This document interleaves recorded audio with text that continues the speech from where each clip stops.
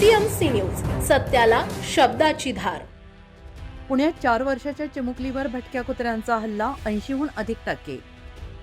पिंपरी चिंचवड परिसरातील चिखली भागात 4 वर्षाच्या चिमुकलीवर भटक्या कुत्र्यांच्या कळपाने हल्ला केल्याची धक्कादायक घटना समोर आली आहे आणि या हल्ल्यात चिमुकली गंभीर जखमी झालेली आहे। तिच्या डोक्याला 80हून अधिक टाके पडले आहेत, तसेच तिच्या हातांना आणि मांडीला देखील दुखापत झालेली आहे। या घटनेचे सीसीटीव्ही फुटेज समोर आले आहे।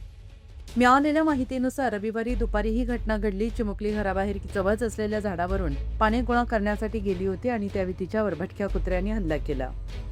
चिमुकलीचे वडील गिरीधर मिश्रा यांनी म्हटले की कुत्र्यांच्या हल्ल्यात मुलीला गंभीर दुखापत झाली आहे।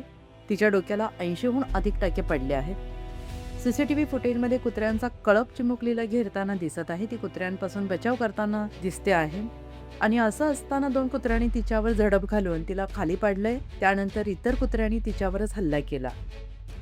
चिमुकलीच्या किंकाळ्या ऐकून स्थानिक नागरिक तातडीनं घटनास्थळी धावून आले, कुत्र्यांना हुसकावून लावून तिची सुटका केली आणि या घटनेनंतर परिसरातील भटक्या कुत्र्यांचा प्रश्न पुन्हा एकदा ऐरणीवर आलाय।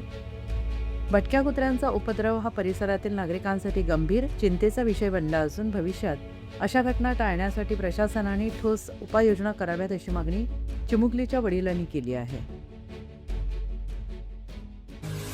पुणे तसेच पिंपरी चिंचवड परिसरातील महत्त्वाच्या बातम्या पाहण्यासाठी आजच आमच्या डिजिटल PCMC न्यूज चॅनलला सबस्क्राइब करा आणि बेल आयकॉन प्रेस करा।